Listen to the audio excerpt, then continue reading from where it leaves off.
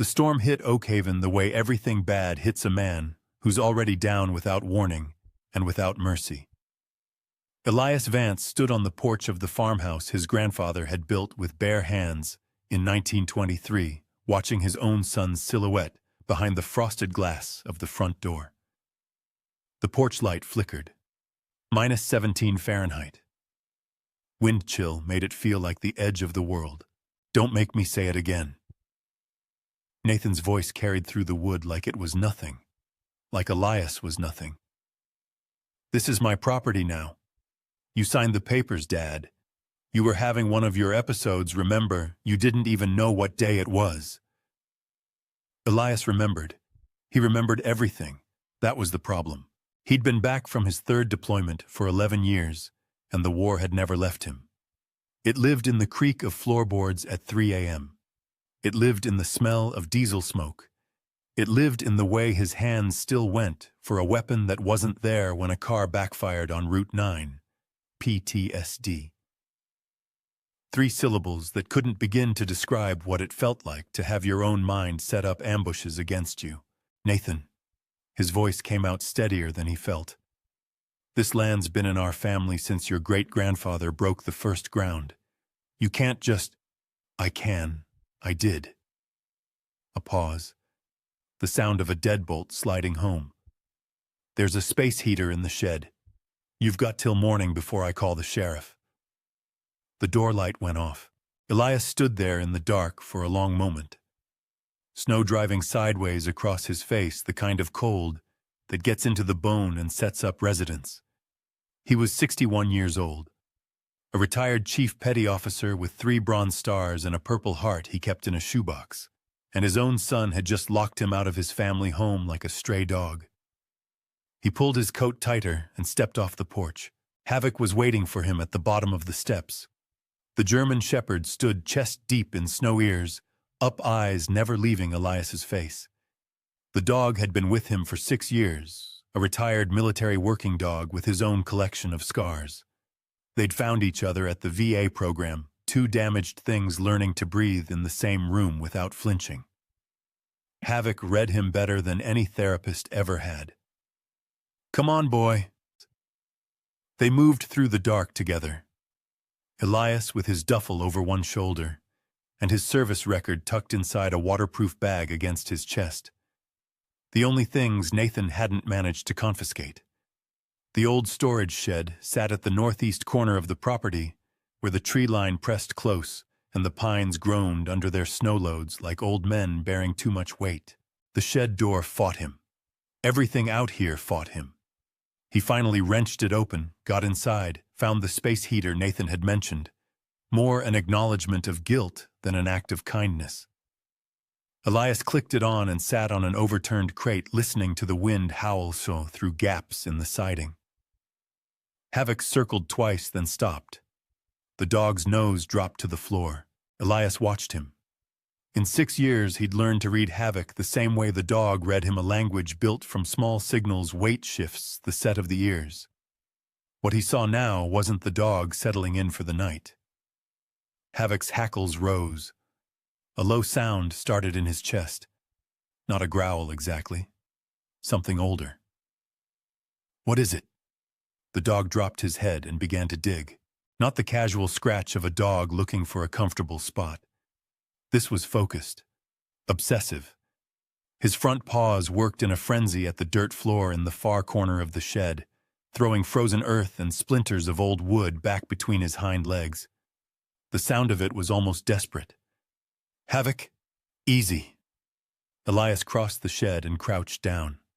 Hey, look at me. The dog kept digging. His paws were hitting something down there, hard-packed earth, giving way to something more resistant. In the pale glow of the space heater, Elias could see blood starting to seep from a split in the skin above Havoc's right paw. The dog didn't stop. Havoc, enough! The sound changed. Metal. The dog's claws had found something solid, and the scrape of it cut right through the storm noise. Elias pushed Havoc gently aside and brushed the loosened dirt away with his hands. His fingers found a seam, then an edge, then a handle corroded so badly it had fused to itself. He cleared more dirt. His heartbeat had changed. A hatch. Steel. Maybe 3 feet by 3 feet set flush into the foundation of the shed, invisible under decades of accumulated dirt and God knows what else. He angled the space heater toward it and looked closer. Stamped into the metal, barely visible under a century of rust, a seal. An eagle. Words in a circle around it. United States War Department classified 1942. Elias sat back on his heels. He'd been deployed to 4 continents. He'd breached compounds in the dark, held positions that shouldn't have held, carried men out of places no one was supposed to know existed. He thought he'd seen most of what the world could throw at a person. He looked at Havoc. The dog looked back at him, panting, one paw still bleeding, entirely certain he'd done the right thing. The lock on the hatch. Someone had already broken it. Chapter 2. The Bunker of Ghosts. Elias didn't open it right away. He sat there for a full minute, listening to the storm, listening to his own breathing, watching that broken lock like it might move on its own. In the teams, they'd called it the slow second, that single breath between seeing a threat and deciding what to do about it. Most men never learned to use it. The ones who lived longest did. Someone had been here before him. Recently. The break on that lock wasn't old rust. The metal at the shear point was still bright. Havoc pressed his warm flank against Elias's leg. The contact was deliberate. The dog did it when he sensed the spiral starting, when the sounds got too layered, and Elias's eyes went somewhere the present couldn't reach. 6 years of mornings where Elias woke up already fighting something that wasn't there, and Havoc had learned every warning sign before Elias knew them himself. "I'm good," Elias said quietly. A lie, but a working one. He pulled the hatch. The hinges screamed. Cold, black air pushed up from below, and with it came the smell, deep earth and old paper, and something metallic and closed off, the specific smell of a place that had been sealed for decades. Elias's throat tightened before his brain caught up to why. Mosul. A basement. 2007. 3 of his guys and a situation that still woke him up at 0300 with his hands shaking. The smell wasn't the same. But smell doesn't negotiate with the rational mind. He felt his chest compress. The shed walls got closer. The sound of the storm outside went underwater and muffled, replaced by a high-pitched pressure behind his ears that he recognized as the beginning of a full episode. Then Havoc's nose found his hand. A single soft nudge. Right here. Right now. Just me and you. Elias exhaled through his teeth, counted to 4, exhaled again. He turned on his flashlight and went down. The ladder held. 14 rungs, solid steel set into a concrete shaft. At the bottom, his boots hit a floor that rang hollow and flat, and he swung the flashlight in a slow arc. The room was larger than the shed above it. Much larger. Maybe 40 feet across, low-ceiling concrete walls reinforced with steel ribbing that had oxidized green in the moisture. Military-grade shelving ran the length of 2 walls, still stocked canvas-wrapped equipment, bundles, crated supplies, a hand-crank radio the size of a small suitcase. In the center, a map table.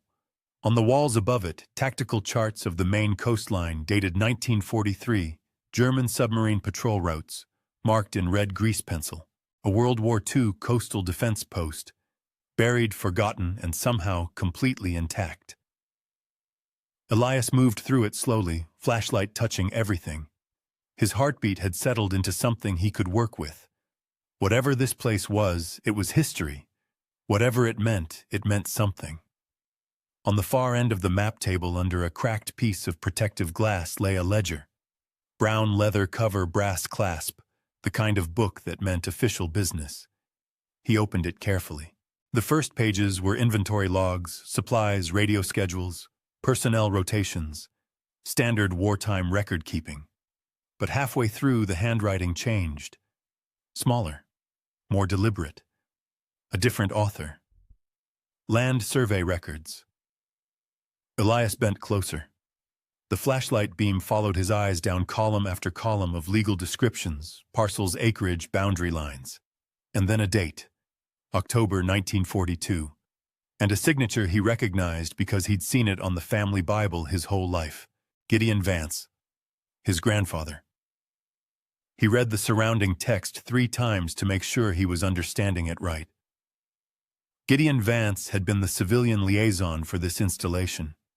In exchange for hosting the facility and maintaining secrecy, the federal government had entered into a covenant, a legal designation, that classified the entire valley as protected federal land, exempt from private sale, foreclosure, or transfer, without direct authorization from the Department of the Interior. The land couldn't be sold. Not by Nathan. Not by anyone with the Vance name. Not without documentation that Elias was certain had never existed, because the covenant required federal sign-off, and nobody at the federal level knew this installation was here. It had been buried with everything else. Nathan's deal with Marcus Thorne, whatever it was worth, however many zeros were on that contract, was built on ground that didn't legally belong to either of them. Elias straightened up. He stood very still in the dark, 61 years old, locked out of his own home, standing in a secret room under a shed in the middle of a blizzard, holding proof that his son had tried to sell something he never owned. He folded the relevant pages carefully and tucked them inside his jacket against his chest. That was when the lights hit him. 4 beams coming from the far end of the bunker, a second entrance he hadn't found yet. The beams swept across the ceiling and dropped onto him all at once. Tactical placement. Practiced. Before his eyes could adjust, he heard the sound. 4 distinct mechanical clicks, the sound of rounds being chambered, each one deliberate, each one meant to be heard. Set it down. The voice was flat, regional, not local. Hired. The ledger. Set it on the table. Hands where I can see them. Elias didn't move. His eyes were adjusting. He could make out shapes behind the lights. 4 men. Body armor. No insignia. Not law enforcement. Not military. Private. Last time, the voice said. Above him, through 14 feet of earth and concrete, havoc began to bark. Chapter 3. Blood on cold snow. The man closest to Elias made the first mistake. He stepped forward. Put himself inside arm's reach. In the dark behind the glare of his own flashlight, he couldn't see what Elias's hands were doing. Elias had spent 22 years in the teams, learning how small a space a fight actually happens in. Not the movie's version, not the wide-open choreography. The real thing, 2 feet, sometimes less. The difference between going home and not going home lived in that 2 feet. He didn't reach for the ledger pages in his jacket. He was already moving. One motion, left hand deflecting the weapon arm at the wrist, body rotating to take himself off the center line. The flashlight spun across the concrete floor. The man made a sound that wasn't a word. The other 3 reacted, but reaction is always 1 beat behind action, and 1 beat in a confined space is a significant disadvantage. Elias got 2 of them tangled with each other in the dark. He moved toward the ladder. Fast. He never made it. Something hit him across the left shoulder from behind, a heavy sweeping blow that dropped him to 1 knee and sent white light across his vision. He got a hand on the ladder rail and pulled himself up. 1 rung. 2. Then havoc came through the hatch opening above like a controlled explosion. The dog hit the nearest man chest first, 85 pounds of muscle and purpose, moving at full speed down a 14-rung ladder without touching half of them. The man's weapon went one direction, and the man went another. Havoc's jaws found the forearm of the second man before he could reorient, and the sound the man made told Elias the bite had landed on something important. For 10 seconds, the bunker was pure chaos. Flashlight beams everywhere, men shouting in the dark, havoc, a shadow moving between them, with the kind of deliberate efficiency that only came from years of training. Elias reached the map table, got the ledger under his arm, got to the ladder. Get the dog off him, get it. He heard it before he saw it. A heavy metal impact. A single ugly sound. Then Havoc yelped a short, sharp cry that cut through everything else and landed in Elias's chest like a blade. He turned. One of the men had caught Havoc across the ribs with what looked like a crowbar, a full-force swing. The dog went sideways into the shelving, hit the concrete floor, and didn't get back up immediately. Every rational thought Elias had went somewhere far away. What replaced it wasn't panic, wasn't rage exactly. It was the cold, pressurized calm that had gotten him through Fallujah, through 2 tours in the Hindu Kush, through the kind of nights that don't make it into official reports. The calm that meant his body had decided surviving was the only priority, and everything else was noise. He crossed the floor, scooped Havoc off the ground with one arm.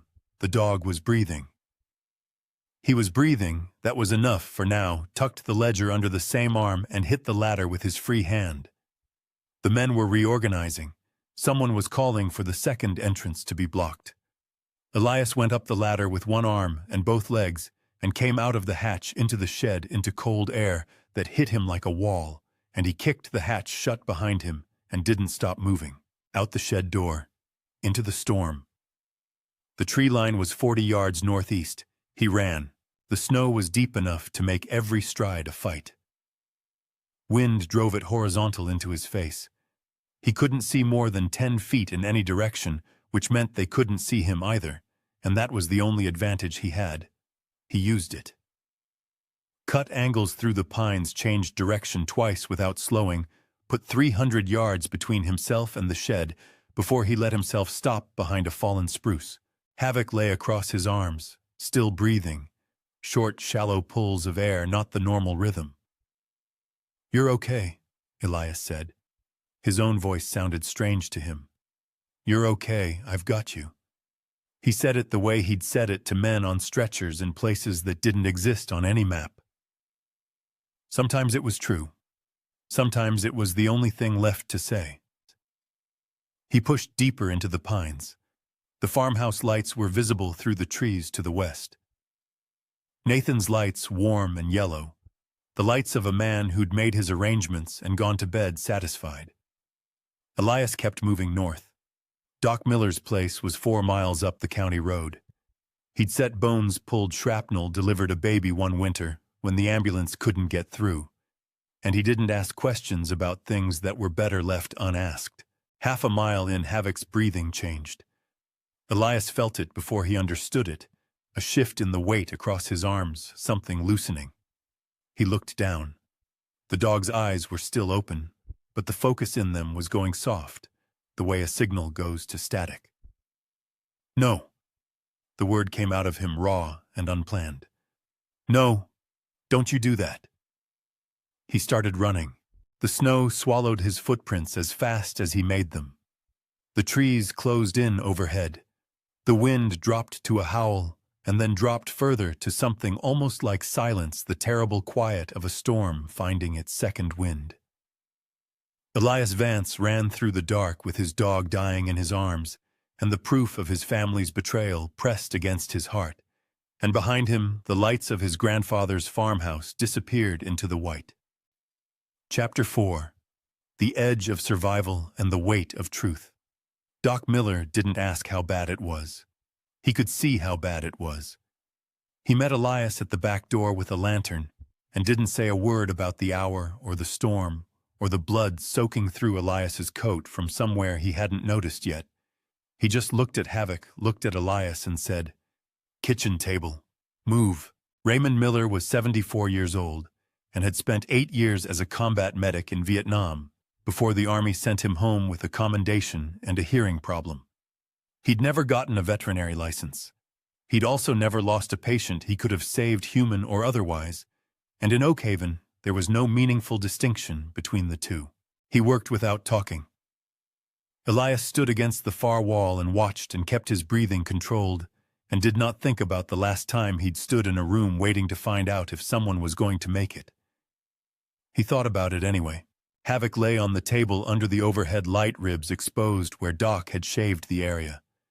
2 cracked, 1 potentially worse. The crowbar had hit him in exactly the wrong place at exactly the wrong angle, and the fact that the dog was still breathing was less a matter of luck than it was a matter of what havoc was made of. "He's got more in him than most," Doc said, not looking up. "But this is going to take time, and it's going to take still.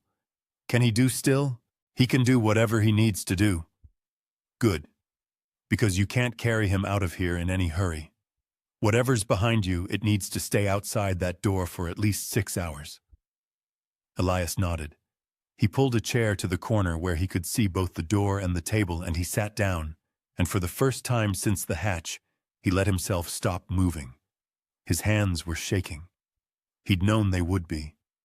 He pressed them flat against his thighs and waited for it to pass. He pulled the ledger pages from inside his jacket, smoothed them on his knee.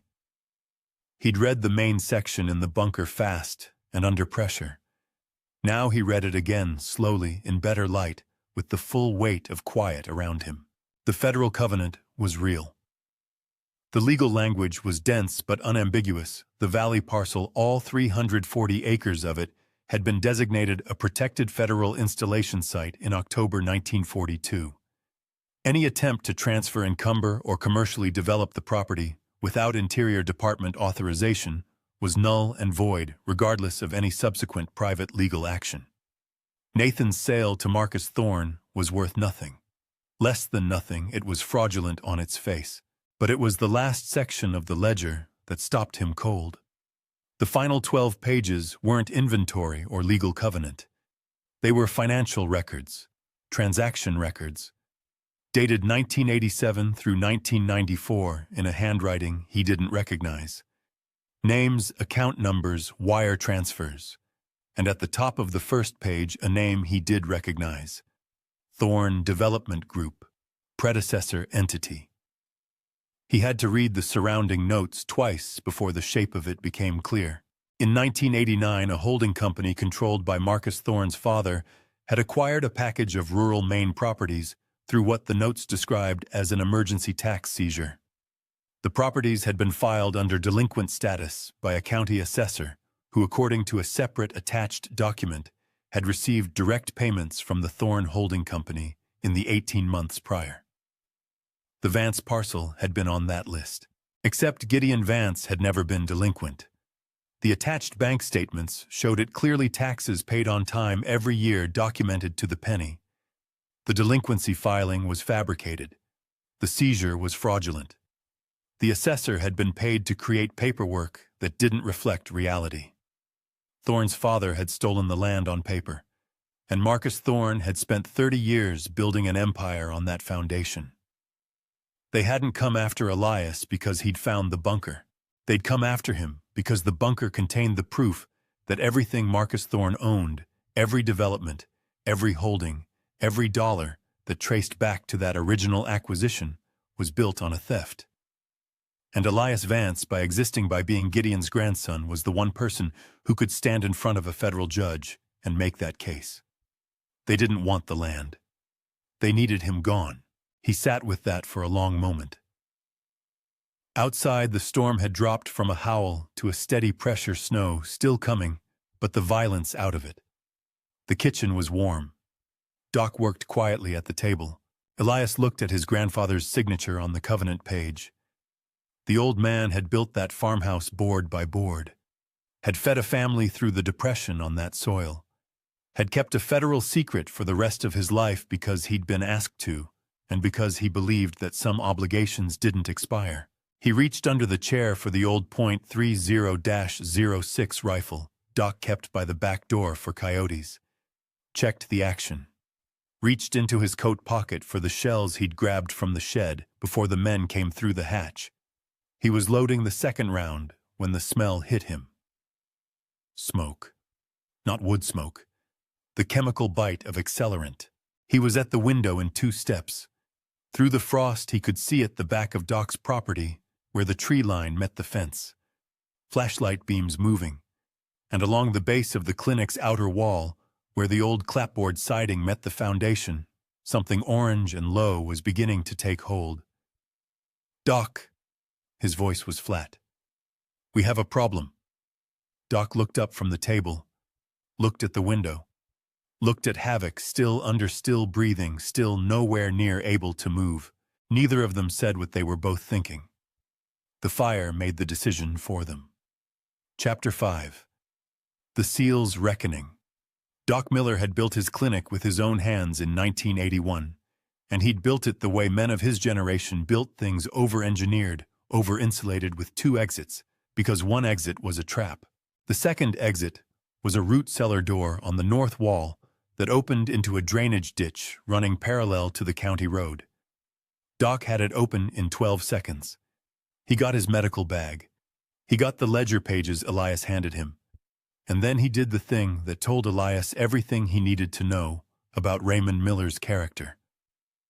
He went back to the table, disconnected all. Havoc from the IV line, with practiced hands, wrapped the dog in a moving blanket and said, "Take him, go, I'll follow. You can't carry him, and I'm not leaving my patient in a burning building." Doc's voice had no argument in it. "Go." Elias went. The ditch was 3 feet deep and packed with snow, which meant it was invisible from the tree line where Thorne's men were positioned. Elias moved through it on his elbows, with Havoc across his chest, keeping below the rim the cold driving up through his jacket like something with intent. Behind him, he could hear the fire working on the clinic's old siding. Ahead, nothing. Just darkness and the county road and the pines beyond it. He counted the men by their flashlight discipline, bad flashlight discipline. They swept wide arcs which told him they were hired for intimidation, not for actual field work. 2 on the south side, 1 near the front, 1 possibly 2 near the back, where the fire was set. 5 total, maybe 6. All focused on the building. None of them were watching the ditch. 22 years in the teams had taught Elias that the most dangerous thing a trained operator could become was something the other side wasn't expecting. Not a threat, not a target. An absence. A space in the dark that moved. He got Havoc to the far side of the road, settled the dog against a pine with the blanket tucked close. Havoc's eyes were open, glassy but tracking. The dog watched him with the focused patience of an animal that had decided to trust completely and was waiting to see what that trust would produce. "Stay," Elias said. "I'll be back." He meant it the way he'd always meant it when he said it to people he loved in bad places, as fact, not hope. He went back across the road. He took the first man at the tree line from behind a controlled restraint, the man's own body weight used against him, both of them going silently into the snow. No injury, no noise. Elias stripped the man's radio and zip-tied his wrists with the cable from his own flashlight. The second man heard something and turned. Elias was already flat in the snow. In white on white at night, a man who isn't moving is not a man. He's terrain. He waited 4 seconds, watched the flashlight beam sweep over him and past him, then moved again while the man's eyes were still adjusting back from his own light source. 2 down. The third man was on the near corner of the clinic, watching the road. He had his back to the fire, which meant his night vision was completely destroyed by the light behind him. Elias came around the far corner, and the man didn't see him until the last possible moment, and by then it was a conversation rather than a confrontation. "Radio your boss," Elias said. His voice was quiet and entirely serious. "Tell him it's over." The man looked at the rifle in Elias's hands and made the intelligent choice. Inside the burning clinic, a window blew out. The fire was finding its momentum now, orange light washing the snow in the yard. And from the front of the building, someone stepped into that orange light who wasn't one of the hired men. Marcus Thorne was exactly what his photographs suggested.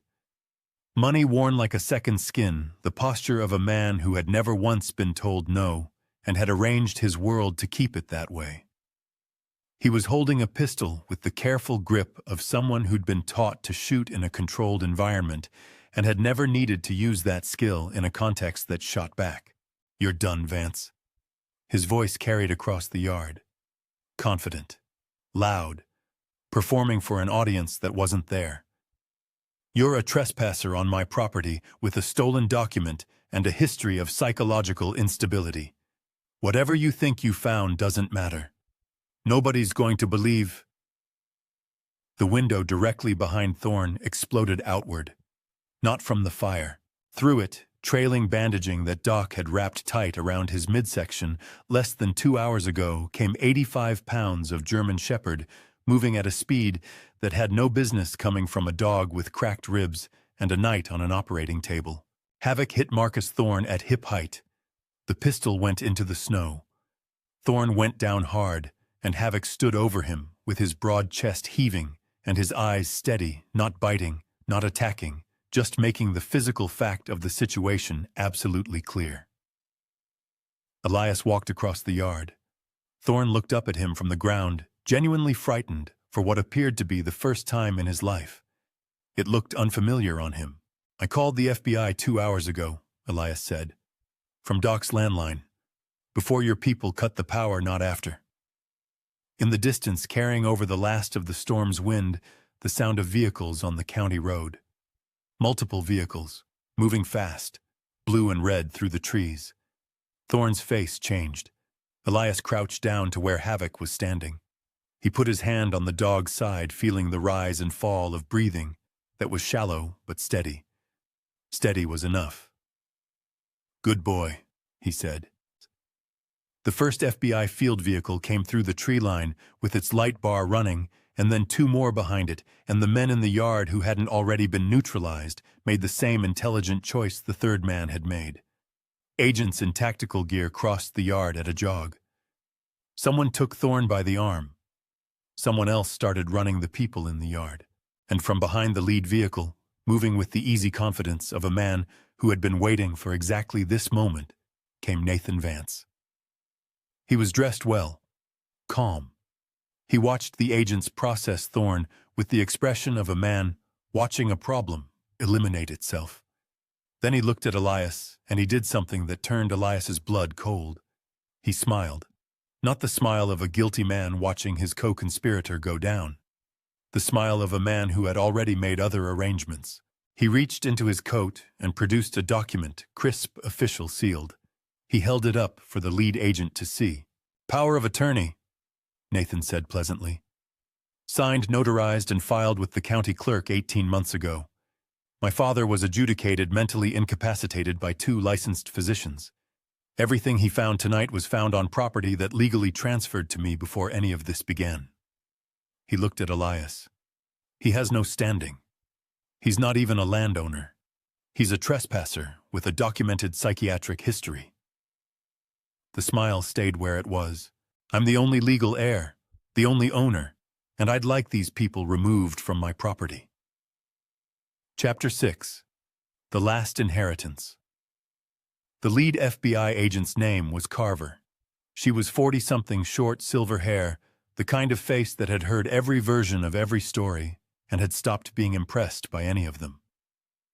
She took Nathan's document with 2 fingers, the way you take something you intend to examine rather than accept, and she read it without expression. Nathan kept the smile running. He was good at it. He'd clearly practiced. "Adjudication of incapacity," Carver said, not looking up. "Filed when? 18 months ago. As I said. 2 licensed physicians. You said." She turned the page. "And the property transfer was executed on the basis of this adjudication." "Correct. Which means anything my father believes he found tonight, anything he claims to have removed from the property, is legally—" "Mr. Vance." Carver looked up. Her voice hadn't changed in temperature, but something in it stopped Nathan mid-sentence the way a closed door stops a man who expected it to be open. "Do you know what a presidential land covenant is?" A beat. The smile held, but something behind it shifted. "It's a federal designation," Carver continued.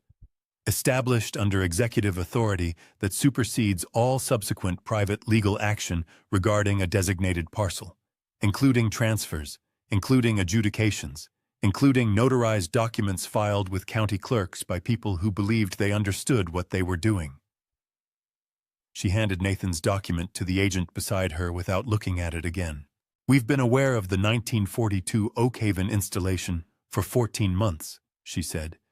We became aware of it when Marcus Thorne's attorneys filed the first round of development permits with the Interior Department and triggered an automated flag on a classified land registry that nobody had checked since the Truman administration. She paused. Your arrangement with Mr. Thorne is what brought us here tonight, Mr. Vance. Not your father. Nathan's smile was gone. In its place was something Elias had never seen on his son's face in 61 years, of knowing him the raw, unguarded expression source of a man who has bet everything on a hand he was certain he held, and has just watched the cards turn. The covenant, Carver said, contains a provision added at the personal instruction of President Roosevelt. Any lineal descendant of the civilian liaison, that would be Gideon Vance, who enters into a commercial transaction involving the protected parcel without federal authorization, is subject to immediate divestiture of all inheritance rights and referral for federal prosecution. She looked at Nathan with something that wasn't quite pity and wasn't quite contempt. You didn't just try to sell land that wasn't yours to sell. You triggered a clause that's been sitting in a vault for 83 years, waiting for exactly this situation. Nathan said something. Elias didn't hear what it was. The words came out, but they had no structure, not a sentence, not an argument. Just sounds a man makes when the ground leaves him. Two agents moved to Nathan's sides with the quiet efficiency of people who have done this before, and will do it again, and feel nothing particular about it either way. Elias watched his son's hands get cuffed. He watched the agents walk him toward the vehicle.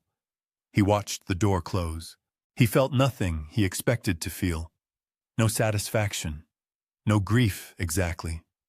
Something more complicated than either the specific exhaustion of a man who has been waiting a long time for a truth to surface and is now standing in the cold, watching it finally irrevocably arrive. Doc Miller appeared at his shoulder. The old medic was carrying his bag and the moving blanket and looking at Havoc with the professional assessment of a man recalculating a prognosis upward. His color's better, Doc said. Elias looked down. Havoc was sitting in the snow beside him, not standing, not yet, but sitting upright, ears up, watching the federal agents work the scene with the calm attention of a dog who understood that the situation had resolved and was waiting for his next instruction.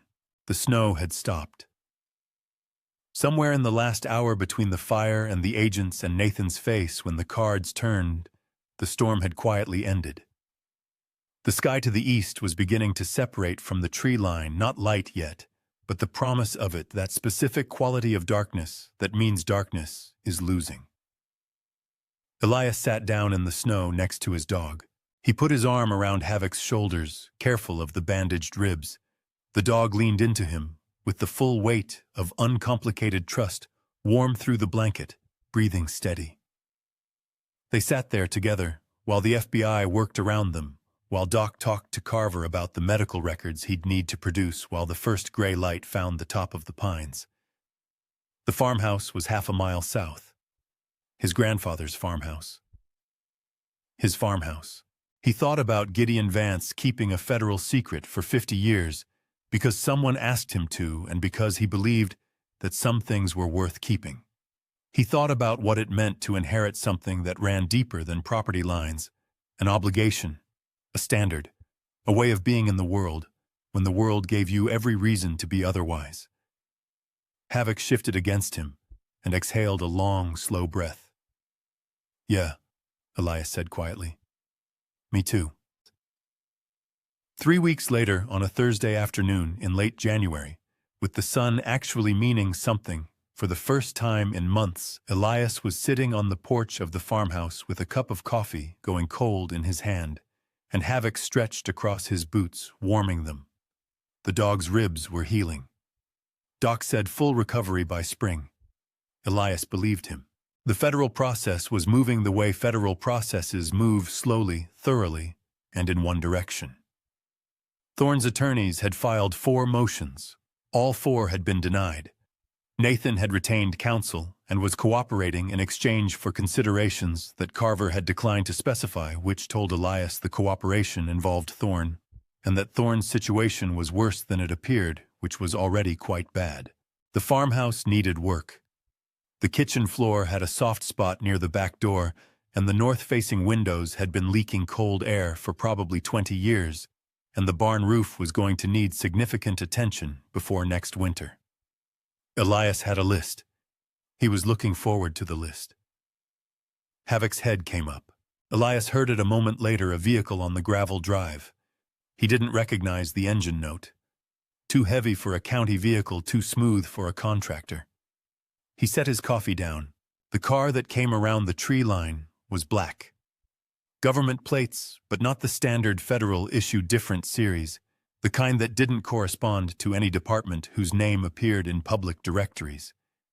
It pulled to a stop at the foot of the porch steps with the particular quiet of a very expensive engine at idle. The man who stepped out was in uniform. Army.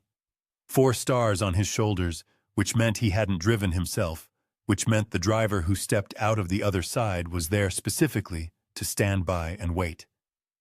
The general was older than Elias Ramrod, straight in the way of men who stopped having a choice about their posture. So long ago they'd forgotten there was ever an alternative. He came up the porch steps without being invited, and without appearing to notice that he hadn't been invited, set a metal case on the porch rail between them, and looked at Havoc for a moment before he looked at Elias. "Chief Vance," he said. Not a question. Elias said nothing. "My name isn't important right now." The general's voice had the flat, carrying quality of a man who'd spent decades in rooms where he needed to be heard. "What's important is what's in that case, and what we're prepared to ask of you, and whether you're willing to hear it." He put his hand on the case but didn't open it. "There's an installation, not domestic. The people who built it knew things they weren't supposed to know, which means we have a problem, which means we need someone who can operate in cold weather terrain, without a support structure, without official acknowledgement, and without a paper trail." He paused. "We also need someone whose partner has a confirmed alert rate of 100% on a specific chemical compound we believe is present at the site." Havoc had sat up. He was looking at the general with the same focused attention he'd given the hatch in the shed floor. That specific quality of attention that meant something underneath the surface had registered. The general looked at the dog. Something moved through his expression that might have been respect. "The country needs what you two have, Mr. Vance. I won't dress it up beyond that." Elias looked at Havoc. The dog looked back at him. The coffee had gone completely cold. The sun was still doing its January best on the snow-covered fields of his grandfather's farm, throwing long shadows from the fence posts that his grandfather had cut and set by hand 80 years ago on land that was his again because an old man had kept faith with something bigger than himself, and that faith had outlasted everyone who tried to bury it. Elias picked up his cup, took a sip anyway. "Tell me about the installation," he said.